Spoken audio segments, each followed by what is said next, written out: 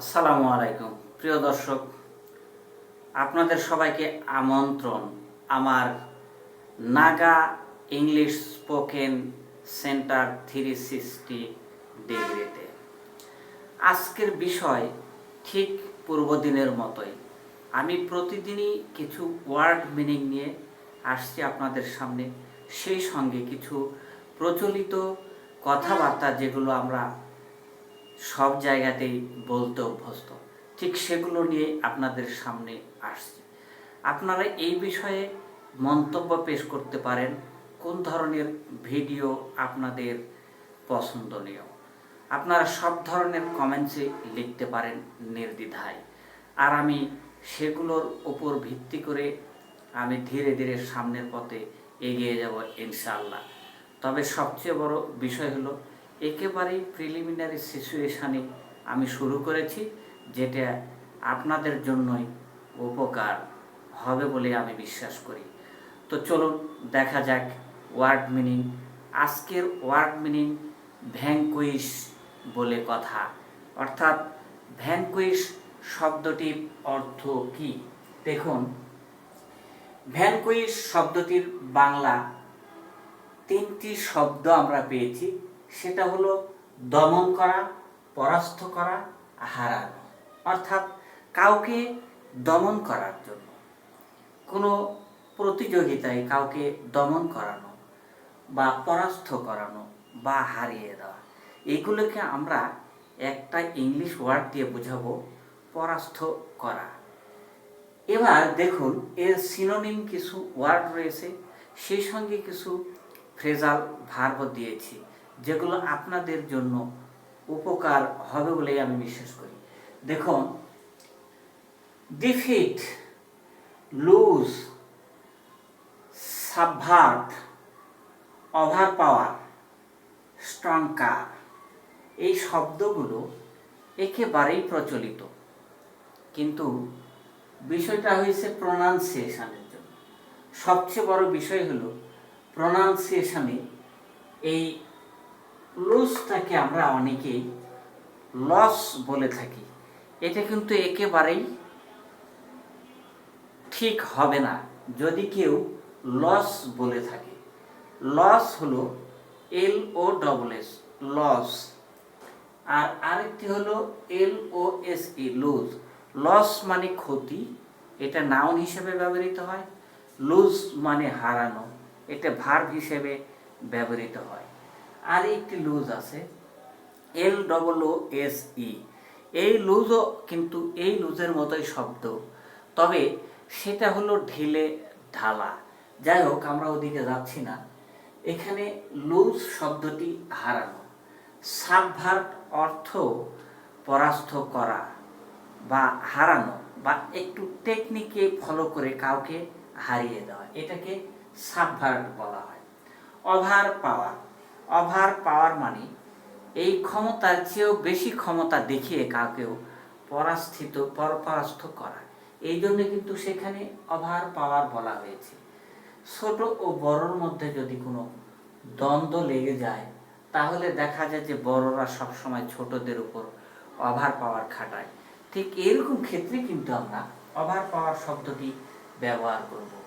স্ট্রংকার, স্ট্রংকার একেবারেই আপনাদের কাছে একটি অপরিচিত শব্দ, যে শব্দটি আসলে পশ্চিমারা বেশি ইউজ করে থাকে। এই শব্দটি স্ট্রংকার, এটা দেখবেন আপনারা যদি DW চ্যানেল, জার্মানি বেসড চ্যানেলে দেখেন, এই স্ট্রংকার শব্দটি অনেক ক্ষেত্রে ব্যবহার করে থাকে এই চ্যানেলগুলোতে। এবার দেখুন ফ্রেজাল ভার্বগুলো। Knock down, knock out, miss out, get under, আমরা কিন্তু শব্দের সাথে পরিচিত। তবে নক ডাউন অর্থ হলো কাউকে ধাক্কা মেরে ফেলে দেওয়া, পরাস্ত করা। এবার নক আউট আপনারা শব্দ জানেন। নক আউট মানে কি? একবারে কাউকে পরাস্ত করা। অর্থাৎ নক আউট পর্ব খেলাতে আছে, যে খেলাতে একবার হেরে গেলে আর তাকে সামনে আনানো যাবে না। অন্যান্য জায়গায় দেখা যায় যে গ্রেডিং পয়েন্ট হয়ে সেখান থেকে যাওয়ার সম্ভাবনা থাকে। এ অত গ্রেড পেল, এ এত গ্রেড পেল। যদি 10টা দলে খেলা হয়, তার মধ্যে দেখা যায় যে আমরা একটা পর্যায়ে নিয়ে যে 4টা দলকে টিকিয়ে রাখি, ফুটবল খেলায় যেমনটা হয়। কিন্তু তারপরে যখন ঠিক নক আউট পর্ব শুরু হয়, তখন কিন্তু আর হেরে গেলে আর সুযোগ থাকে না। ঠিক এইরকম ক্ষেত্রে আমরা নক আউট শব্দটি ব্যবহার করে থাকি। এবার মিস আউট মানে কি? মিস আউট শব্দটির আরেকটি অর্থ রয়েছে, সেটি হলো মিস আউট মানে সুযোগ হারানো, অর্থাৎ কোনো সুযোগ কেউ পেয়েও হারানো। এইরকম ক্ষেত্রে আমরা মিস আউট শব্দটি ব্যবহার করে থাকি। এবার গেট আন্ডার। গেট আন্ডার কথাটির অর্থ হলো কোনো কিছুকে আমার নিয়ন্ত্রণে পাওয়া, মানে অন্যকে আমি পরাস্ত করে তাকে আমার নিয়ন্ত্রণে এনেছি। ঠিক এইরকম ক্ষেত্রে আমরা গেট আন্ডার বলে থাকি। এবার প্রিয় দর্শক, দেখুন যে শব্দগুলো আমরা সমাজে প্রায়শই ব্যবহার করে থাকি, কিন্তু এগুলোর ইংরেজি আমরা জানি না। যদি ইংরেজিগুলো জেনে থাকি, তাহলে আমরা স্পিকিং কোর্সে ব্যবহার করতে পারবো। এক্সাম্পল হিসেবে আমরা যদি এগুলো বলে থাকি, তাহলে কথাতে স্মার্টনেস আসবে, ইংলিশ শেখাটাকে সার্থক বলে মনে হবে। দেখুন, খুবই সোজা সোজা অর্থ। হোস্ট ইন হিমসেলফ, আমরা বলি সে একাই 100, মানে তার চরিত্র অর্থাৎ ক্যারেক্টারটা একেবারেই সবার চেয়ে আলাদা। ঠিক এইরকম ক্ষেত্রে আমরা হোস্ট ইন হিমসেলফ বলবো। এবার ন্যাপ মানে হাতে নাতে ধরা। বিভিন্ন পত্রপত্রিকায় ন্যাপ শব্দটি ব্যবহার করে পুলিশে কাউকে ধরতে গেলে ঠিক এমন সময়ে, অর্থাৎ এর একটি ফ্রেজাল ওয়ার্ডও রয়েছে, সেটা হলো রেড হ্যান্ডেড। তো এখানে নাগ বলে যদি আমরা ন্যাপ ব্যবহার করি, তাহলে কোনো আসামিকে পুলিশ ন্যাপ করার অর্থ হলো হাতে নাতে ধরে ফেলা। এরপরে দেখুন, ওয়ার্ড অফ নো ইমপ্লিকেশন মানে কথার কথা। আমরা বলি না, এটা একটি কথার কথা, তার মানে কি হলো, এটার কোনো ঝামেলা নাই। এরকম ক্ষেত্রে বলতেছে ওয়ার্ড অফ নো ইমপ্লিকেশন। এরকম ক্ষেত্রে কিন্তু আমরা কথার কথা বলে থাকি। কত সুন্দর একটি ওয়ার্ড। এরপরে ক্লিন। ক্লিন মানে লেগে থাকা, কোনো কিছুর সঙ্গে লেগে থাকাকে আমরা ক্লিন বলে থাকি। যদি কোনো প্লেটের সাথে ময়লা লেগে থাকে, এটাকে আমরা কিন্তু ক্লিন বলব। Some dirty materials is clinging with plate, that is why আমরা এইভাবে ব্যবহার করব ক্লিন, মানে কোনো কিছু তো লেগে থাকা। কোক অ্যান্ড বুল স্টোরি, এমন এসব গল্প আমরা বলে থাকি। গাঁজাখুরি গল্প বলছে সে, অর্থাৎ কাজ নাই কাম নাই, সবাই জাতা মাতা বলে বেড়াচ্ছে, গল্প বানিয়ে বলছে, এমন একটি পরিবেশে আমরা এই ওয়ার্ডটি ব্যবহার করে থাকি, কোক অ্যান্ড বুল স্টোরি। তারপরে দেখুন, ইনডিউস মানে ফুসলানো। ইনডিউস শব্দটি হলো কাউকে ভুলিয়ে ভালিয়ে কোনো কাজ করিয়ে নেওয়া। এইরকম ক্ষেত্রে আমরা ইনডিউস শব্দটি ব্যবহার করতে পারি। ইনডিউস শব্দটি অনেক প্রচলিত, যে শব্দটির দ্বারা কোনো কিছুকে করায়ত্ত করা হয়, ফুসলিয়ে ফাসলিয়ে। বিশেষ করে ছোট ছেলে মেয়েদের আমরা ইনডিউস করি বেশি, অর্থাৎ তাদেরকে ফুসলিয়ে ফাসলিয়ে খাওয়ানোর চেষ্টা করা হয়, কোনো কাজ করিয়ে নেওয়ার চেষ্টা হয়, কোথাও নিয়ে যাওয়ার চেষ্টা করা হয়, ঘুমানোর চেষ্টা করা হয়। ঠিক এইরকম ক্ষেত্রে আমরা ইনডিউস শব্দটি প্রায়শই ব্যবহার করে থাকি। এরপরে দেখুন, লিভ বাই ওয়ান্স উইট, অর্থাৎ চাপা মেরে চলা।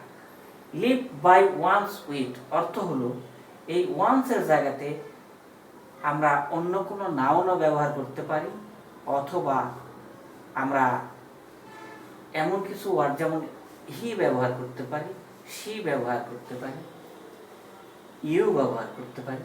যেমন live by one's wit, he is living by his wit, continuous টেন্সে যদি আমরা বলে থাকি। অথবা he lives by his wit, অর্থাৎ চাপা মেরে চলা। সমাজে কিছু লোক রয়েছে যেগুলো লোকের কাজ নেই, চাপা মেরে চলে। এগুলো লোককে মানুষ একদিন দুই দিন বিশ্বাস করার পরে না তাদের প্রতি বিশ্বাস হারিয়ে ফেলে জনগণ। হয়তো নতুন কেউ দেখলে মনে করবে যে আসলে সে তো অনেক জানিয়ালা লোক, অনেক কিছু ভালো বলে। এগুলো লোক কথাই কিন্তু মানুষকে ভুলাতে পারে ভালো। আর সেই জন্যই বলা হয়েছে লিভ বাই ওয়ান সুইট, মানে চাপা মেরে সমাজে চলা। জাম্বল, তাল গোল পাকানো, এই কথাটি কিন্তু আমরা অনেক ক্ষেত্রে বলে থাকি। তাল গোল পাকিয়ে ফেলেছে সে, হি হ্যাজ জাম্বলড অল থিংস, মানে আমরা এই কথাই বোঝাচ্ছি যে জাম্বল মানে তালগোল পাকিয়ে ফেলা, যেটাকে আর সাজানো গোজানো যায় না, যেটার কোনো লাইন নেই, যেটাকে আসলে কোনো ধারায় ফেলা যায় না, এরকম ক্ষেত্রে আমরা জাম্বল কথাটা ব্যবহার করে থাকি। গিগল, খিলখিল করে হাসা। হাসার কিন্তু অনেকটা প্রকৃতি রয়েছে। কেউ অট্ট হাসি দেয়, শীতকালের হাসি, গরমকালের হাসি। যাই হোক, এই হাসির মধ্যে আমরা যেটা খিলখিল করে হাসা বলি সেটা হচ্ছে গিগল, হি হি হি হি, এমন হাসি। আর এমন একটি হাসি দাঁত বের করে হাসা, যেগুলো দাঁত বের করে মানুষ হাসে, আপনারা দেখবেন প্র্যাকটিক্যালি, তাকে বলা হবে গ্রিন। এই গ্রিন বা গ্রাইন শব্দটি আসলে গ্রাইন বলা হয় না, এটাকে গ্রেনই বলা হয়ে থাকে। আর এক গ্রিন আছে জির আর ডবল ইএন, সেইরকম না শব্দটি পাশাপাশি, মানে গ্রেন শব্দটি এইরকম হবে, দাঁত বের করে হাসাকে শি ইজ গ্রিনিং। গ্রিনিং যখন বলবো তখন কিন্তু ডবল এন হবে এই জায়গাতে, যার জন্য গ্রিন মানে দাঁত বের করে হাসা, আর গিগল মানে খিলখিল করে হাসা। এবার দেখুন গ্যাপ, গ্যাপ, হাঁ করে তাকিয়ে থাকা। হি ইজ অলওয়েজ গ্যাপিং, সে সবসময় হাঁ করে তাকিয়ে থাকছে।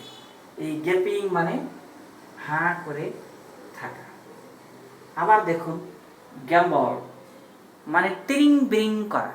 কিছু কিছু ছেলে মেয়ে আছে সব সময় দেখা যায় যে লাফালাফি করে, এগুলোকে বলে তিরিং বিরিং করছো কেন। এইরকম ক্ষেত্রে কিন্তু আমরা এই গ্যাম্বল কথাটি ব্যবহার করব। মানে সব মিলিয়ে যেগুলো প্রচলিত কথা, এগুলোই আমি খুঁজে খুঁজে বের করে আপনাদের সামনে উপস্থাপনা করছি। আসলে জানি না আমি কতটুকু বোঝাতে পেরেছি আপনাদের, তবে যদি আপনাদের এগুলো মুখস্থ থাকে আপনি ভদ্র সমাজে কথা বলতে পারবেন। আর এগুলো জানা অনেকেরই রয়েছে, চর্চার অভাবে অনেকে ভুলে গিয়েছেন। তবে এগুলো চর্চার মাধ্যমে থাকলে আমরা যেমন সবসময় চর্চার মধ্যেই থাকি, যার জন্যে এগুলো জিনিসগুলো আমি নিজের থেকে বলছি, একটু ইচ্ছা করে ব্যবহার করার চেষ্টা করি বিভিন্ন ক্ষেত্রে। বিশেষ করে অফিসে গেলে কিছু এক্সাম্পল হিসেবে আমরা এগুলো কিন্তু তুলে ধরি। তো প্রিয় দর্শক, আসলে আমি এই ছোট্ট পরিসরে আপনাদের সামনে আজ তৃতীয়বারের মতো উপস্থাপন করলাম। আসলে কতটুকু সার্থক হবেন আপনারা আমি জানি না, তবে কমেন্টস বক্সে আমার নেগেটিভ পজিটিভ সব ধরনের মন্তব্য করে আমাকে জানিয়ে দেবেন। এটা আসলে আমার কোনো প্রফেশনাল জব নয়, আমি নিজের হবি থেকেই আপনাদের উপকারার্থে এই প্রয়াসটা চালিয়ে যাচ্ছি। তো আপনারা যদি ভালো লেগে থাকে সাবস্ক্রাইব করবেন আমার চ্যানেলটিকে, আর সঙ্গেই থাকবেন। খোদা হাফেজ।